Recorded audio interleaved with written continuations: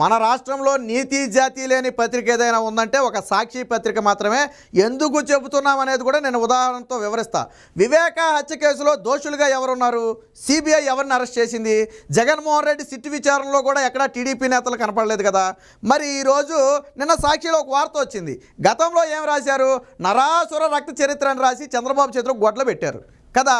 ఇప్పుడు ఏం చేశారంటే చంద్రబాబు ప్లేస్లో దస్తగిరిని పెట్టారు. దస్తగిరి చేతిలో గొడ్లు పెట్టి కథ మాత్రం మొత్తం చంద్రబాబు మీదే. ఎందుకంటే ఇప్పుడు చంద్రబాబు ఫోటో పెట్టే దొమ్మ ఇక్కడ లేదు. ఎందుకంటే ఆల్రెడీ అవినాష్ రెడ్డి తండ్రి వెళ్ళి అరెస్ట్ అయి కూర్చున్నాడు. అవినాష్ రెడ్డి ఆల్రెడీ అరెస్ట్ అయ్యి బెయిల్ మీద బయట తిరుగుతున్నాడు.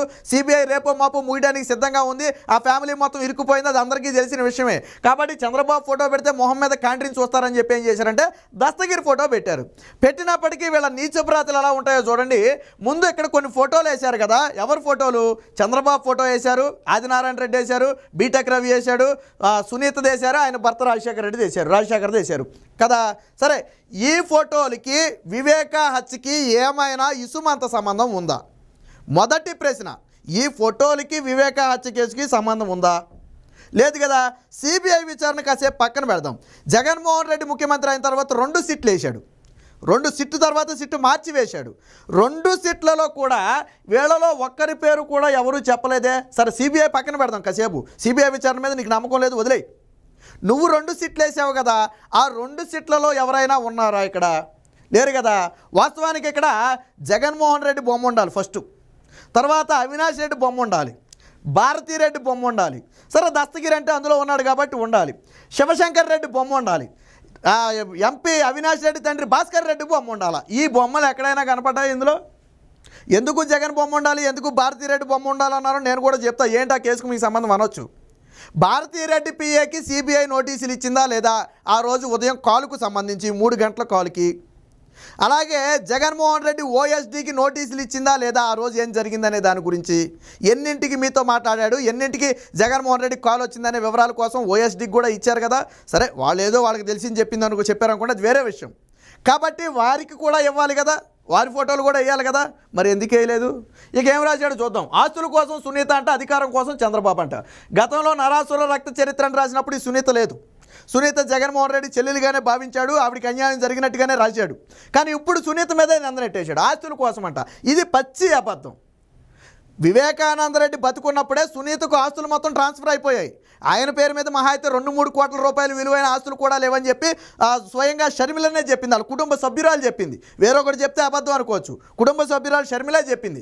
ఆస్తులు మొత్తం ఎప్పుడో బదిలీ అయిపోయాయి. నిజంగా ఆస్తుల కోసం అయితే చంపాల్సింది సునీతని. ఎందుకంటే ఆస్తులు మొత్తం సునీత పేరు మీద ఉన్నాయి. చంపాల్సింది సునీతను. మరి వివేకానంద రెడ్డిని ఎందుకు చంపారు? 4 కోట్ల విలువ కూడా ఆస్తి లేనప్పుడు 40 కోట్లు సుపారీ ఇచ్చిన దౌర్భాగ్యుడు ఎవడు? 4 కోట్ల ఆస్తి కోసం ఎవడైనా 40 కోట్లు సుపారీ ఇస్తాడా? బుర్ర ఉండాలి కదా, కొద్దిగా అయినా బుద్ధి ఉండాలి కదా. 40 కోట్లు సుపారీ ఇస్తాడు ఎవడైనా? ఎవడు కదా. ఇకపోతే అధికారం కోసం చంద్రబాబు అట. మరి ఆ లెక్కన వివేకాన్ని చంపి ఆయన ముఖ్యమంత్రి అవ్వాలి. నువ్వెలా అయ్యావు? వివేకాన్ని చంపితే చంద్రబాబు అధికారంలోకి వస్తాడు అనుకుంటే సరే, జరిగిపోయింది కదా ఘటన. మరి చంద్రబాబు అధికారంలోకి రాలేదే. ఇది గతంలో ఆయన ముఖ్యమంత్రి ఉన్నప్పుడు జరిగిన ఘటనే కదా. మరి ఆయన అధికారంలోకి రావాలి కదా, ఎందుకు రాలా?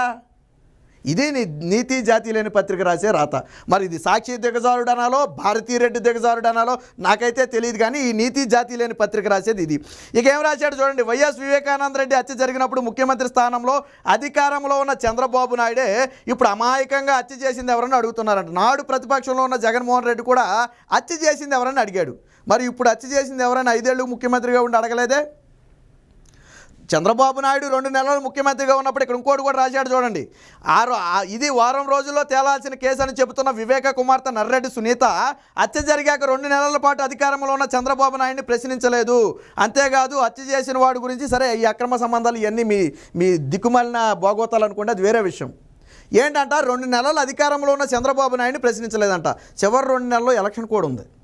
చివరి 2 నెలల్లో అప్పటికే ఎలక్షన్ కమిషన్ నోటిఫికేషన్లు సిద్ధమైపోయి చివరి 2 నెలలు అది అసలు మాట్లాడే సమయమే లేని సిచ్యువేషను. అయినప్పటికీ చంద్రబాబు గారు దీని మీద ఒక సిట్ ఏర్పాటు చేశారు.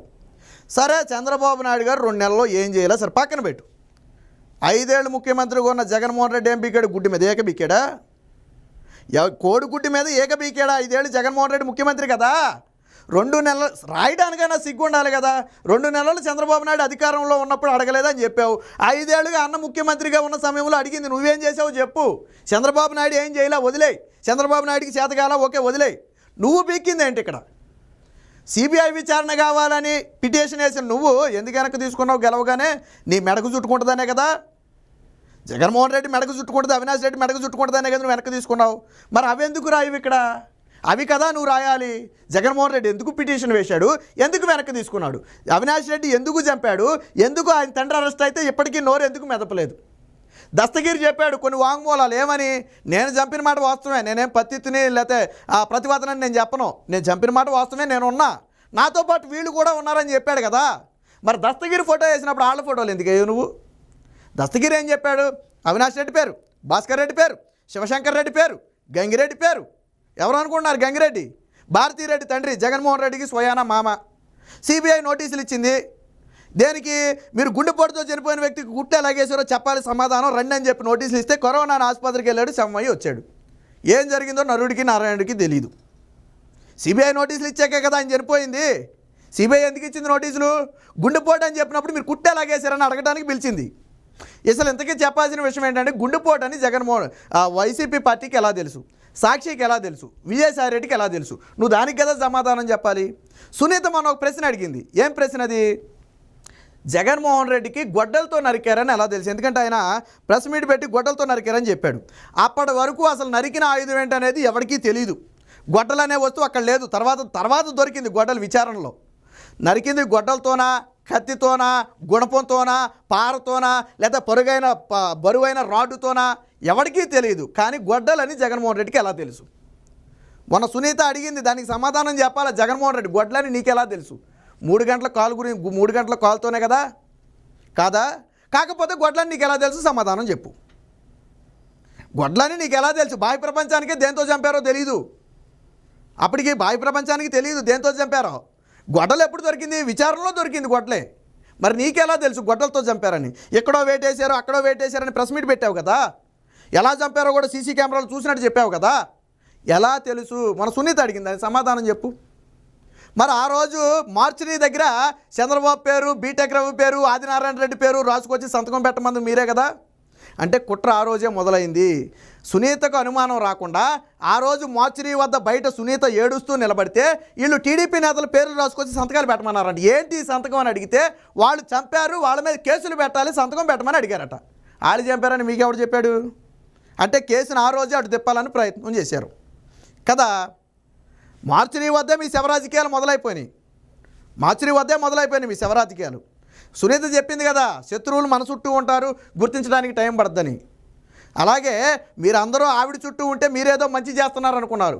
జగన్మోహన్ రెడ్డి సిబిఐకి కేసు ఇస్తే అవినాష్ రెడ్డి బీజేపీలోకి వెళ్ళిపోతాడని చెప్పాడట. ఎందుకు చెప్పాడు? ఈ కేసు సిబిఐకి ఇవ్వడానికి అవినాష్ రెడ్డి బీజేపీలోకి వెళ్ళడానికి సంబంధం ఏంటి అంటే, జగన్మోహన్ రెడ్డి పరోక్షంగా ఇందులో అవినాష్ రెడ్డి ఉన్నాడని ఒప్పుకున్నాడు. నా మీద 11 సిబిఐ కేసులు ఉన్నాయి, 12వ కేసు అవుద్ది, పోయేదేమీ లేదు అన్నాడట. అంటే అందులో ప్రత్యక్షంగానో పరోక్షంగానో నా పాత్ర కూడా ఉందని చెప్పి జగన్మోహన్ రెడ్డి ఒప్పుకున్నాడు. సునీత దగ్గర జగన్మోహన్ రెడ్డి ఒప్పుకున్నాడు. పోని నేను సునీతతో ఆ మాట అనలేదు అని జగన్మోహన్ రెడ్డిని బయటకు వచ్చి చెప్పమానండి. నేను ఆ మాట అనలేదని బయటకు వచ్చి చెప్పమానండి చెప్పే దమ్ముందా? ఒక నీతి జాతి లేని పత్రిక రాసే రాతలు ఎలాగ ఉంటాయి అంటే ఈ విధంగా ఉంటాయి. అసలు ఈ కేసుతో వీళ్ళెవ్వరికీ సంబంధం లేదు. 5 ఏళ్ళు ముఖ్యమంత్రిగా జగన్మోహన్ రెడ్డి ఉన్నాడు. 2 సీట్లు జగన్మోహన్ రెడ్డే వేశాడు. సిబిఐ అధికారుల మీద అరెస్ట్ చేయడానికి వెళ్తే కేసులు పెడతారు, లేకపోతే సిబిఐ అధికారులు అరెస్ట్ అయితేనేమో మా తల్లికి బాగోలేదని చెప్పి అవినాష్ రెడ్డి హాస్పిటల్లో దూరేస్తాడు. ఎందుకు చేశారు ఇవన్నీ? ఎవరు చేశారు ఇవన్నీ? తెలుసు. పులివెందుల ప్రజలకు తెలుసు, కడప ప్రజలకు తెలుసు, రాష్ట్రం మొత్తానికి తెలుసు. కోర్టు తీర్పు వచ్చినా రాకపోయినా, కేసు ఆలస్యమైనా ఏం జరిగిందనేది రాష్ట్రం మొత్తానికి తెలుసు. మీరు ఎన్ని కథలు రాసినా, గతంలో నరాసుర రక్త చరిత్రను రాస్తే ఎవడన్నా నమ్మాడా? ఇప్పుడు మీరు రాస్తే నమ్మటానికి. అసలు గట్టిగా మాట్లాడితే వైఎస్ఆర్ సుర రక్త చరిత్రను రాయాలి. మీ ఫ్యామిలీ అందులో ఉంది. వైఎస్ఆర్ సుర రక్త చరిత్ర అని చెప్పి మీ ఫ్యామిలీని రాయాలి అక్కడ.